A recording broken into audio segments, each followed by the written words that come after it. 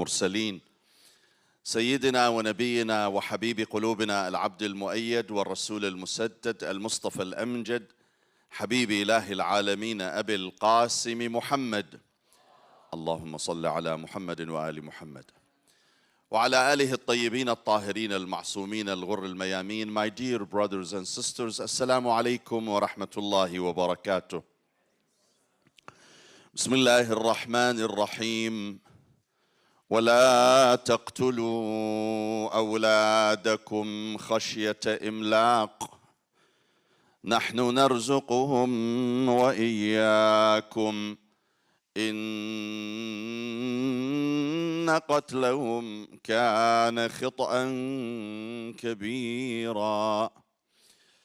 In Surah Al-Isra, the Ascension, verse 31, Allah subhanahu wa ta'ala says, do not kill your children out of fear of poverty, for we sustain them and sustain you as well. And killing your children is a grave sin in the eyes of Allah. So basically, Arabs before Islam, one of their traditions was to kill their children out of fear of poverty. And that was not motivated by hatred, rather by their love for their children. They hated to see their children suffering and starving. So they would kill them, thinking that they are doing their children a favor by killing them so they would not face starvation.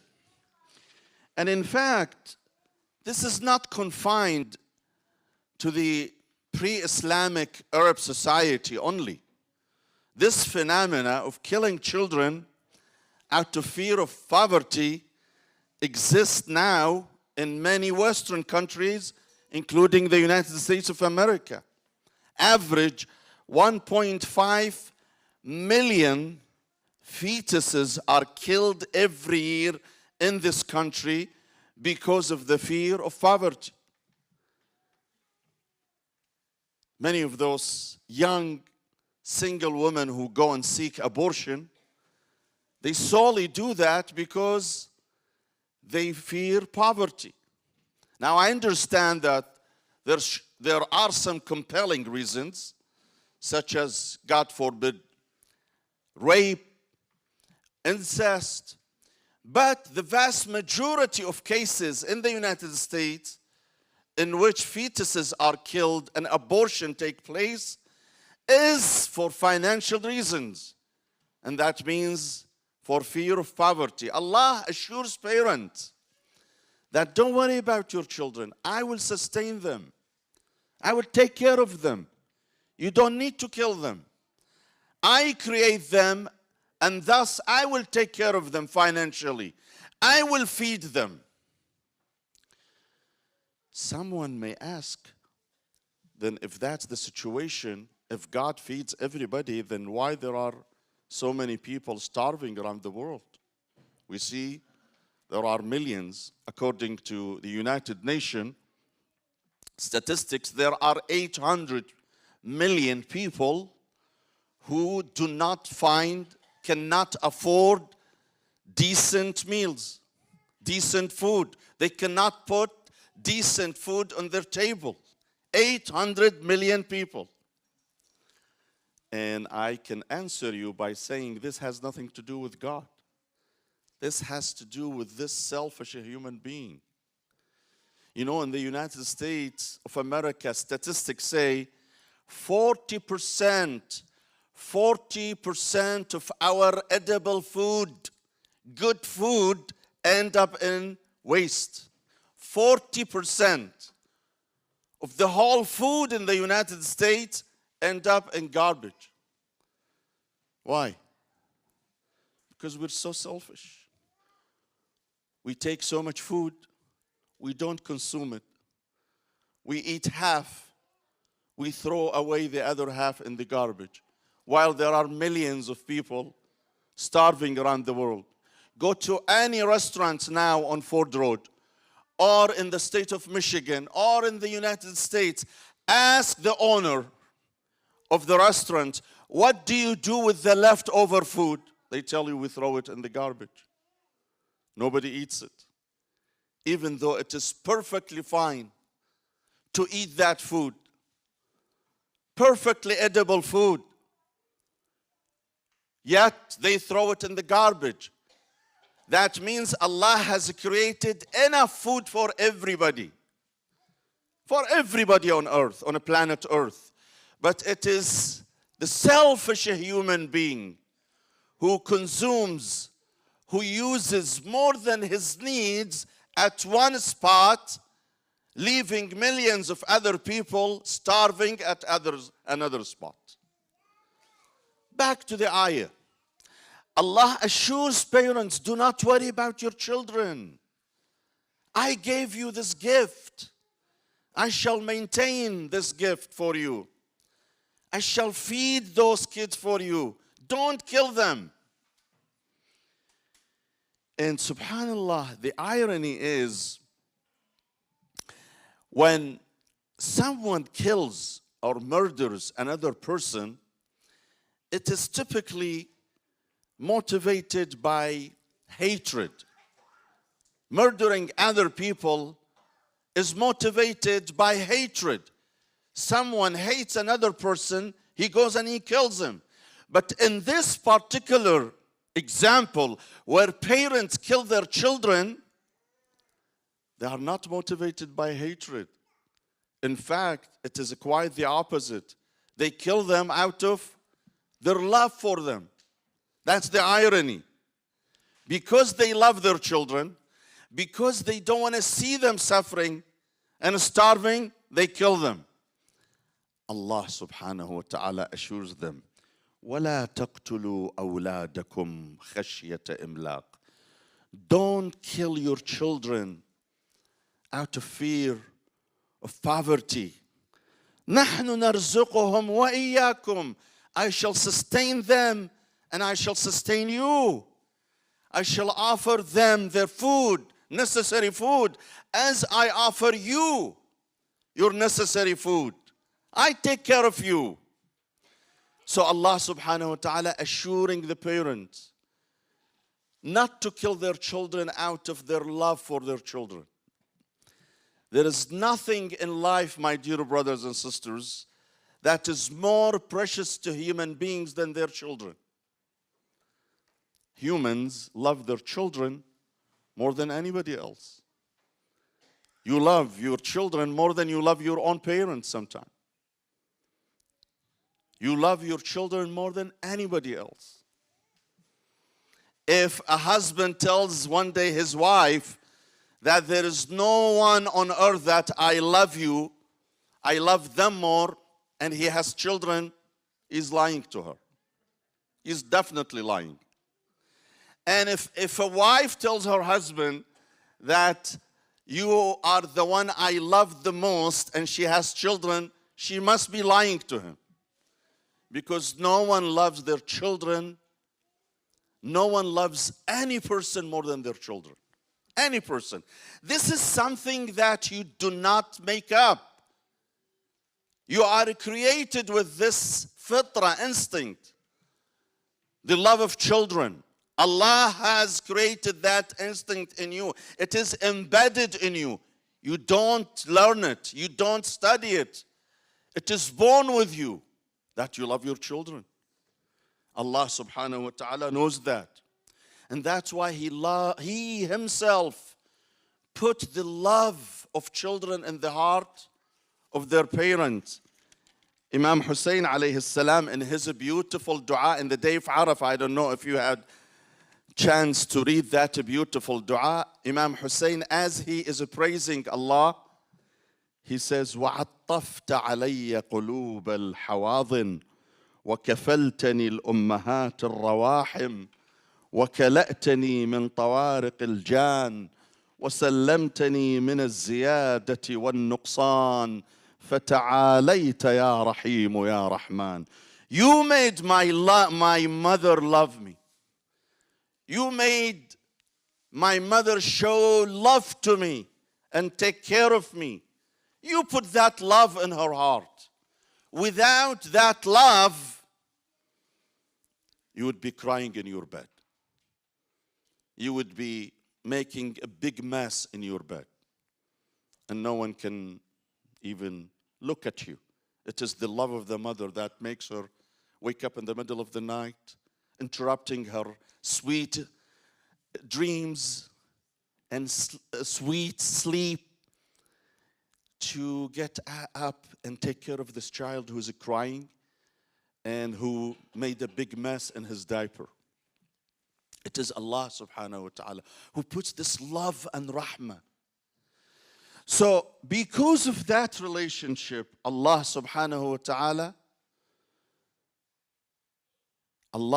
wa ta'ala instructs Muslims to be very particular about addressing their children's need, because He knows there is no one that you cherish, you love, more than your children. A man was brought to the king. He was accused of conspiring against the king. And this is a true story. The king asked his soldiers to torture this man so he would confess. The soldiers started beating the man, physically beating him, so he would confess. The man was very resilient and very strong. He did not confess. He didn't give up. He took the torture. He was badly tormented, but he never gave up. He didn't say a word. They kept on punishing him physically, and he would not give up. Then the king said, I know how to break this guy. Bring his son. They brought his 18-year-old son. And he asked his soldiers to leave the father and beat the son. The minute the soldiers started beating the son, the father gave up. He says, I'm willing to confess to anything you want me to. Leave my son alone. Leave him alone. Come to me and I will do anything for you. He gave up. He surrendered. He was asked afterward, what happened? They were beating you to the edge of death, and you were very resilient. You never gave up. How come the minute they started beating your son, you gave up? He says, because when the soldiers were beating me, they were beating my body. And my body can handle the pain, the torture. But when they were beating my son, they were beating my heart. My heart couldn't take the beating. That's why I gave up. So based on that, Allah subhanahu wa ta'ala tells us that through the Prophet sallallahu alayhi wa alihi wa sallam, إِنَّ اللَّهَ لَيَرْحَمُ الْعَبْدَ لِشِدَّةِ حُبِّهِ لِوَلَدِهِ. Allah subhanahu wa ta'ala shows so mercy to a father, to a mother who's obsessed with the love of their children. Meaning, Allah takes extra care of those parents who love their children. Allah subhanahu wa ta'ala would not inflict them with a big tragedy for the love of their children. And then also the Prophet sallallahu alayhi wa alihi wa sallam says, أَحِبُّ الصِّبْيَانِ وَارْحَمُوهُمْ. Love your children and show mercy to them. Be nice to them. مَنْ كَانَ عِنْدَهُ صَبِيٌّ فَلْيَتَصَابَ لَهُ. If you have a baby, if you have a child, act like a child with him. Be playful with your child. Don't be too serious with your children. Come down a little bit and act like a child with your child. Act as if you are his peer. Don't show arrogance before your children. Don't tell your son, Dad, I am a doctor. I am a lawyer. I'm a minister. I'm a judge. Don't talk to me. Go to his level and play with him and act like a child. This is what the Prophet says. And then the Prophet teaches Muslims. When he was lecturing, when he was giving a sermon, the masjid was packed from door to door, from wall to wall. The masjid was full of people. When Imam Hussein, who was only 1 year old, appeared, he was entering the masjid. He was wearing a long dress that he would trip because of his dress. He would trip. He walks and he trips. He walks and he trips. Muslims noticed that the Prophet all of a sudden stopped his sermon for a moment. He paused and he came down, going after Hussein, taking Hussein, lifting Hussein up, making him sit on his arm, bringing him all the way to the pulpit, to the minbar, making him sit in his lap. Muslims were stunned. The Prophet was giving a very important speech. He interrupted his speech. He came down just to grab Hussein and go back and sit on the pulpit and continues his sermon. Some Muslims said, Ya Rasulullah, what happened? He says, I couldn't take it anymore. I saw my grandson Hussein walking and tripping, walking and tripping. I couldn't take it anymore. I couldn't take it anymore. This is Rasulullah. This is the most powerful man. This is the most patient man. This is the most knowledgeable man. This is the most strongest believer of Allah. Could not see his son, his grandson, falling down. He comes down, he picks him up, and he says, Awladuna akbaduna. My kids are like my liver. They are part of me. Awladuna akbaduna. Our children are like our liver. However, your liver is stick to you, but your children are walking on the floor. Yamshuna ala al-ard. So, for that, my dear brothers and sisters, Islam gives certain directive, tips to parents on how to handle their children. Since Allah has given you such a very wonderful gift, precious gift, that you call a son or a daughter, Allah subhanahu wa ta'ala, by giving you this gift, He also gave you certain instructions on how to deal with this very precious gift. So the first tip, Islam says, don't use violence with kids. Never use violence. I did mention this before, my dear brothers and sisters. In the years before, I mentioned that being violent with children, one of the outcomes of being violent with children, that violence is a cycle. Your children, who is a victim now, who could be a victim, will become violent himself when he gets older, with his own children, with his own wife. It's a cycle. That's what he sees. He thinks this is okay, this is the norm, to use violence, to conduct his daily business, it's okay. When he sees his father doing this, he will take this as a sign of, okay, fine, do it. Nothing wrong with it. That's the most dangerous impact of being violent with your children. Number two, violence, in addition to having some physical severe repercussions, it has also psychological consequences. Severe psychological consequences.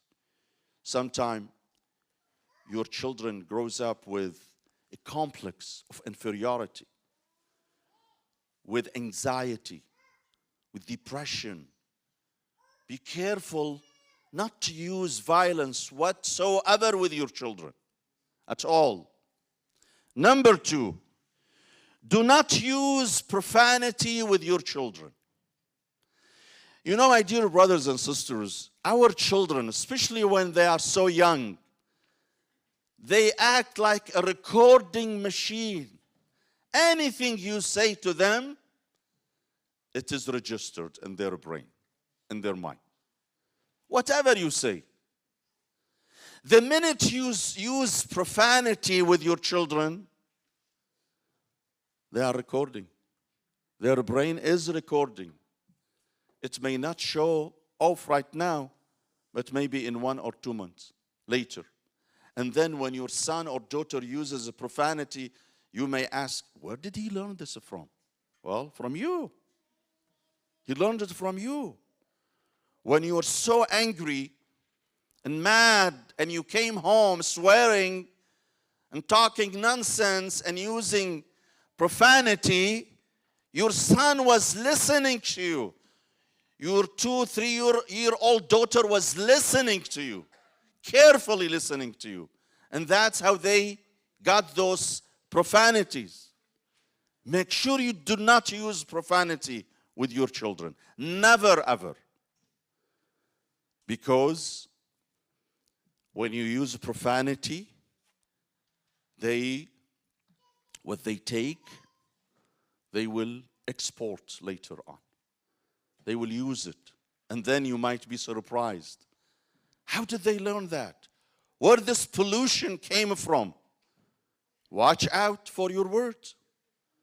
Don't use words that are not right, not appropriate to be used at all, especially with your children. When some people use profanity against their spouse, a man, I know many people, unfortunately, in this community, once he gets upset, furious, he uses profanity against his own wife. Children are listening. Your children are listening.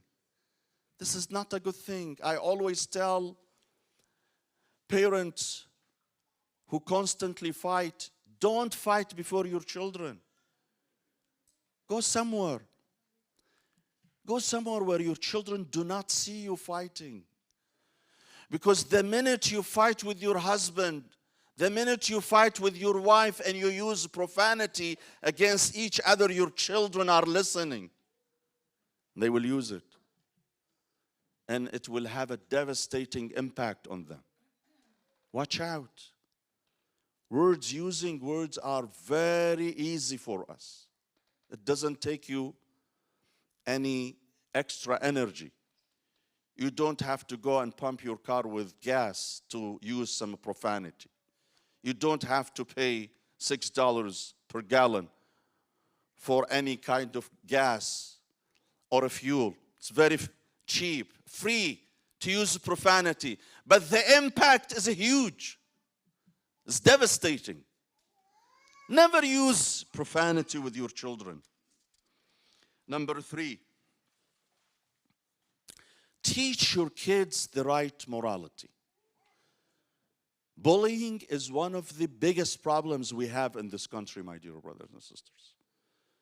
You know, bullying could kill. Do you know that? Some people, some kids in schools commit suicide because they are bullied. Because they get bullied, they commit suicide.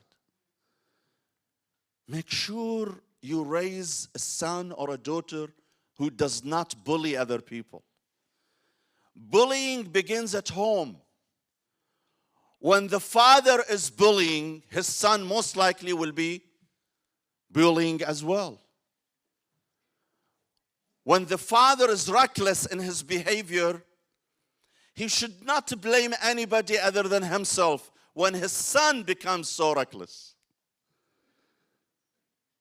We need to make sure that we instill in our children the best forms of morality, respect for self, respect for parents, respect for neighbors, respect for teachers, respect for elders.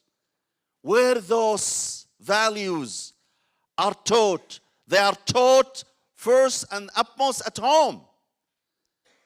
Parents should teach their kids how to be respectful.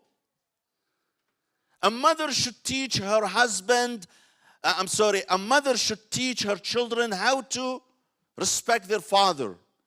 And a father should teach his kids how to respect their mother. And both the father and mother at home should teach their kids how to respect others and how to be nice to others, not to be bullying and arrogant. Be careful, my dear brothers and sisters, the way we talk with our children. Some of us laugh at a joke, inappropriate joke my son makes. You're not supposed to laugh when your son makes an inappropriate joke.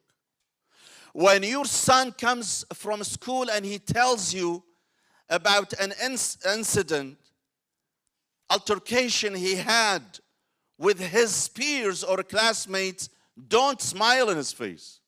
I know some parents here, they tell him, bravo, yes. When your classmate tells you something, go and teach him a lesson. And instead of telling him, no, that's wrong. Baba, that's wrong. If your classmate crosses his red line, go and tell the principal, go your teacher. Some people say, no. خذ إيدك بحقك. Take your right with your hand and give him a lesson. Well, we don't live in a jungle, my dear brothers and sisters. We don't live in a jungle. This is the difference between human societies and a jungle. In the jungle, a beast preys upon the prey easily with the claws and with teeth. I'm not supposed to act like a beast. There are several ways we can find to teach others. Number 3, watch over your kids. Watch over your kids. Some people do not do anything to discipline their children, meaning they buy them a computer, they buy them an iPad, I buy them an iPhone, and they never bother to see what those kids are doing with those devices. Go and check. Go and check what your son is putting on his Instagram account. Someone came the other day telling me, Sayyidina, do you know that guy? I said, yeah, he's a very respectful person. Why? He said, Sayyid, let me show you something. He showed me the Instagram page of that son of that respectful man. What a disgrace. What an embarrassment. I picked up the phone and I talked to his father. I said, do you know what? Have you looked at your son's Instagram page? He says, no, what? When I told him, he was completely shocked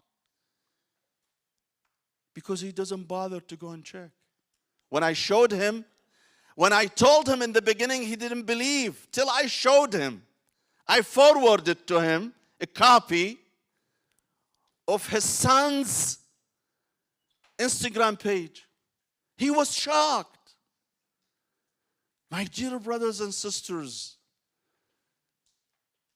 it's okay to buy your son an iPad or a cell phone, iPhone, but it is not okay to give them those devices and not check on them, not control them, not monitor them. You need to monitor them. If my son has a Facebook page, I need to know what it is. I need to have access to it. If my son or daughter has a Instagram page, I need to have access to it. I need to be the first to know about it. Many parents don't even know that their children has a Facebook page that displays inappropriate things. They don't know that their children have an Instagram page displaying inappropriate images. Many people don't know. Many people don't realize the situation, how bad the situation. We need to be observant as well. As a parent, as a father or a mother, it doesn't matter. I have the responsibility to check what my kids are doing. Censorship, yeah, call it censorship if you want. You cannot trust a child with an iPhone. You give him an iPhone and you don't check on him. You can't. Those are kids. Those are kids. Sometimes they goof. They need guidance. If you do not offer your guidance, someone else will take advantage of the situation and may steer them towards a very bad direction. Number 5, don't be stingy, too stingy, nor be too generous with your children. Some parents are very stingy with their kids. Every time his son or his daughter needs a new pair of pants, no, Baba, this is good for you. Keep it for 5 more years. Every time the son is asking for new shoes, no, Baba, this is a very good shoes. Still, you can live with it for a couple of more years. Stingy. Some people, trust me, there is nothing more precious to them than cash. They don't care about anybody else. Money to them is the idol they worship. So when it comes to spending, his hand is very tight. Ya Ammi, what do you need the money for? If you do not spend on your wife and your children, who do you want to spend your money on? Some people are very frugal. They have a very tight hand. And Allah subhanahu wa ta'ala will hold those parents accountable. Because as a son, as a daughter, it is my parents' responsibility to take care of my financial expenses, the necessary expenses. And if my father can afford, then he has to. Sometime in the old country, in old days, our parents were not able to afford whatever we wished to have. You cannot blame them. You cannot blame them. If my father is poor, I cannot blame him. That's how life was. But if I have money, I can afford buying decent stuff for my children. I don't need my children to ask me. I need to take the initiative and buy them what they need. But at the same time, you don't need to be very generous, spoiling your children. Don't turn yourself into a milking cow, with all due respect. Trust me, there are some kids who treat their parents like a cash cow. Only when they need money, they go and milk their parents.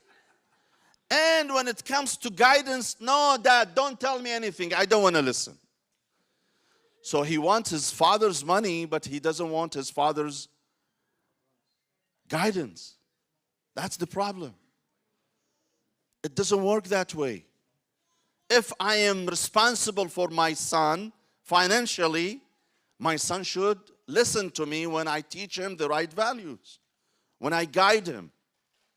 But for my son to keep milking me every time he has a need, but never listens to me when I tell him, Salli, pray. No, I don't have time for prayer. Then you don't need to listen to your children. Make a deal with them. I buy you what you want if you listen to me when I ask you to pray. I buy you what you want, but you have to go with me to the masjid on the weekend and listen to a lecture. I buy you what you want, but you're not supposed to go to certain places. Make a deal with them. Be tough. Sometimes we need to be tough with our kids. Don't be too lenient.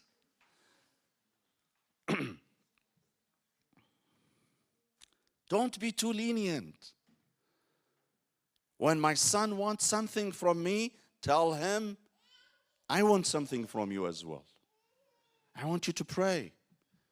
I want you to read Quran.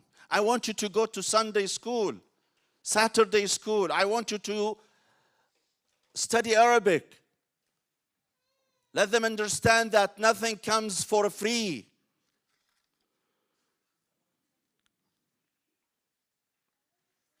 Finally, my dear brothers and sisters, the way you treat your parents, your kids will treat you. If you want your kids to be good with you, if you want your kids to respect you, if you want your kids to care about you, then you do the same to your parents. Because what goes around comes around. The way I treat my parents, my kids will treat me. Trust me. This is one equation that will never go wrong. Would never ever go wrong. Anytime you see someone showing respect to his parents, it ought to be that his children will respect him. Anytime you see a son or a daughter disrespecting their parents, neglecting their parents for any reason, their children will do the same. Many times I speak to some people and I find out that they have a very bad relationship with their parents. And my duty is to tell them to take it easy and reach out to their parents and reconcile. Their reaction would be, no, Sayyid, you don't know how bad my father is. And then he keeps on and on and on criticizing his father. He could be right. He could be right. It could be legitimate complaint. I don't doubt that. But then I tell this guy, I say, fine. You have so much of your father. And I can tell that you have so many grievances about the way your father treated you. But remember, if that leads you to disrespecting your father, then expect your children to do the same to you. Are you willing? Are you ready? Are you ready for your kids to sever relations with you just like you severed relation with parents? Obviously, the answer is no in most cases. If that's the case, if you don't want your kids to sever relations with you, then you do not sever relation with your father, with your parents. If you want your children to love you when you become old, take care of you when you are elderly, then you do the same to your parents. Otherwise, it's going to be hypocrisy. That I neglect my parents. I don't check on them. I don't visit them. I don't bother to call my mother at least once a week and check on her. And then I want my daughter to come and check on me every day or every week. This is hypocrisy. It will take me nowhere. I end up with this story. A young man, after getting married, he decided to take his mother to the nursing home under pressure by his wife. She told him, I can't take care of your mother. let's take her to the nursing home. So he decided to take her to the nursing home. He took her there. This is a real story, my dear brothers and sisters. He took her there. In the beginning, he used to go once a week, twice a week, checking on her. But then it became once a month, twice a month, once a month, once every 2-3 months, then once every year. Years passed, and the mother is in the nursing home. Probably after 10-15 years, 10-15 years later, she sent him a message that I want to see you. I want to see you. I guess I'm going to die soon, so I want to see you before my death because I have something to tell you, something to ask you to do. The son came, and he checked on his mother. He found out that she is dying. She had cancer. Doctors told her she will be dying in months. And he asked his mother, what is it that you wanted to tell me? She said, my son, after I die, this nursing home doesn't have an air conditioning system. All I ask that you install an air conditioning system here. And he says, Mom, if you're dying in a few weeks or months, why do you care about the nursing home as having an air conditioning? You're going to die anyway. So it's not going to help you if I install air conditioning. She says, no, you got me wrong. I'm not worried about myself. I am worried about you when they bring you here.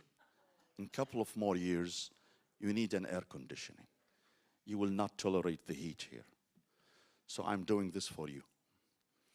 It sounds a joke, but it is not a joke, my dear brothers and sisters. That's a reality. The way we treat our parents, our kids will treat us, trust me. The way we deal with our parents, life will deal with us afterward. Life is so just, trust me. Life is so just. من لم يؤدبه الأبوان أدبه الزمان. If your parents didn't have time to teach you, life will teach you. If I did not learn that lesson by my parents, life will teach me those lessons. So, the best way to teach your kids how to be good is by you being good to your parents. By you being humble, nice, respectful. That is the best lesson you teach your kids. You don't need to be very vocal when you teach your kids. You can be very quiet, very silent. Keep very silent. But yet, you can teach a good lesson, a great lesson to your children. My dear brothers and sisters, Brother Rida, before I finish, I would like to remind you